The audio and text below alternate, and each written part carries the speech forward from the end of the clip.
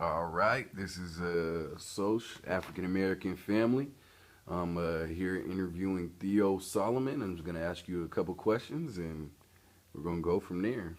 Um, Theo, do you feel that the color of your skin has been a disadvantage at any point of your life? If so, when was the first time that you noticed it? It's a good question, man. I'm gonna say probably the first day. You know, probably started Fresh out the womb is what. day one. Okay. Probably day zero if it was military action. Okay. But yeah, I probably didn't notice it, but I could probably go on for hours. Like I remember one time. This is when I was in high school. I was walking on the waterfront with my friends. We were just enjoying the weather. Because if you don't notice, in Tacoma you don't get good weather that often, so we was all enjoying our weather. And then a white woman was there, probably say like 30 something. I'm like 17, you know. I'm tall, 6'4", whatever, got long hair and stuff. Didn't have too much tattoos back then. And I'm walking, and my friends were just having a good time. And she clutches her purse, you know what I'm saying? And then stuff like that happens all the time. Yeah. Okay. That stuff, yeah. And just, you know, applying for jobs and everything. You know how it is, man. Okay. When was the first time you noticed your skin color was actually an advantage? The first time, I'll probably say was, I know it's disadvantage day one, probably, I'm not sure what day it was, but probably around the age 17, started applying for colleges. You know, grades wasn't too good. Not scholarships, writing was pretty good.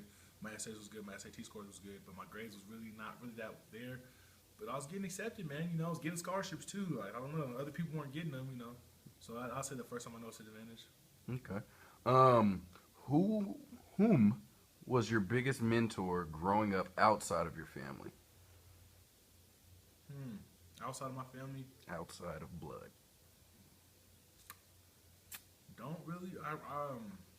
Don't really think I had one then because my biggest mentor was my dad and mostly family members. I'm not really sure how to answer that. Okay. Yeah. Did you ever wish you were different nationally at any point, different nationality at any point? If so, which race and why?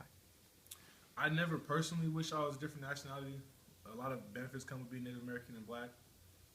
Financial, you know, health benefits and all that stuff. And I'm really in touch with my culture, both sides. So I like it. But I have heard a lot of people, you know what I'm saying, at times wish there was a different race. And more than other times, you know, say they want to be white because, you know, what comes with being white just. Um, what differences do you see in black families that you come across and white families that you've come across? Well, And how they raise their children, basically. I don't want to sound rude when I say this, but from what I've seen, I can only speak on what I've seen. I see a lot more respect with black families towards their parents. I don't know if it's a respect just naturally, like the cultural respect, or if it's like the disciplining as a younger child in black families compared to white families. But I've seen crazy levels of disrespect towards white parents from some of my white friends, and it made me feel uncomfortable. I even had to tell them like, "Hey, bro, you shouldn't be calling your mom all kind of bitches and hoes and stuff. Like that's not okay." Made me feel very uncomfortable, and they're like, "Oh, my bad. That bitch is tripping." I'm like, "Bro, what did I just say?" Nah, I feel you though. Yeah. Do you believe racism still exists? If so, where is this most common in today's society? I'm a very firm believer in racism still exists. I feel like it's not as just out there like, "Hey, nigger, the fuck, stay the fuck from around here." It's more like, you know what I'm saying? I heard one theory suggests it's like more in upper places where usually racism back in the day was the uneducated people, but now more educated people are racist. So it's really worse now because like they hold more power really than just some country bumpkin or whatever. And it's in all facets of life, especially in America. I feel like racism is just an American thing. You said it is or it isn't? Yeah, well, I think it's just an American thing for the Okay. most part. Yeah. Are you proud to be an African American? Why or why not?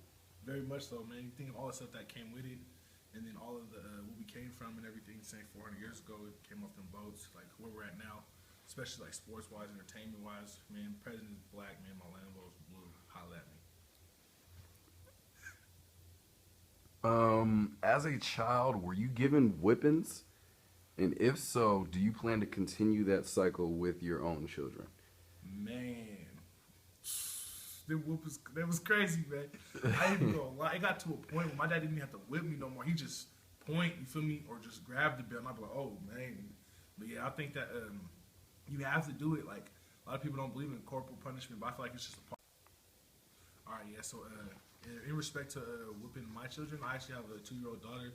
I love her, man. It's like I can't. It's hard to whip her because like she's just so beautiful. But I flick her every once in a while. I'll probably just flick her on her forehead, give her a little tap. That's all she needs. It's not really how hard you do it. It's just the action itself shows them that they're doing it wrong. Okay. Do you see Africans different than you see African Americans?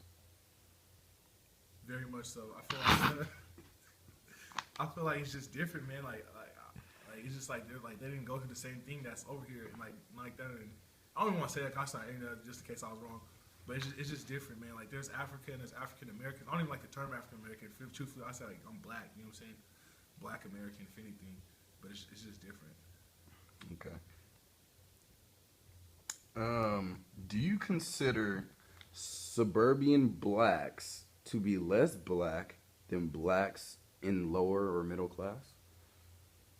No, I mean they might act a little different or act white as people say, but they're still black, man. You go try to apply for a job, you still black. You try to do something, you still black. You get in trouble, you still black. So they black to me. Well put.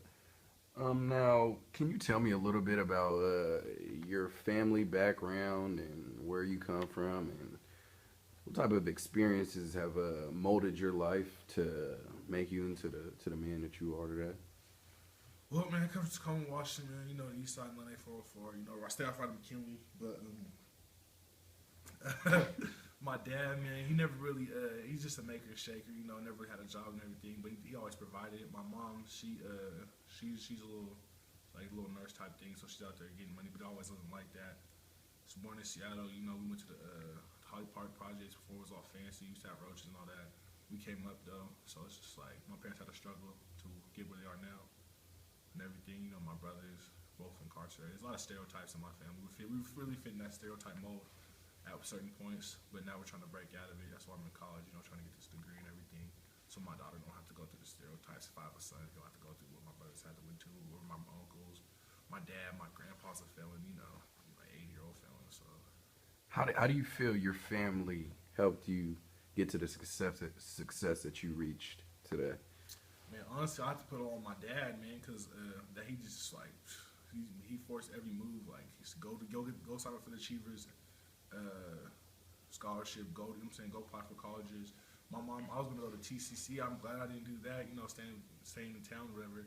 She's like, no, you're gonna go to Eastern. So it's like, really, without them, I wouldn't be here. I don't know what I would be doing, especially without my dad. Because without my dad, my mom lets me do whatever. Well, all right, Theo. Thank you for your time, and wish you the best of success in your endeavors.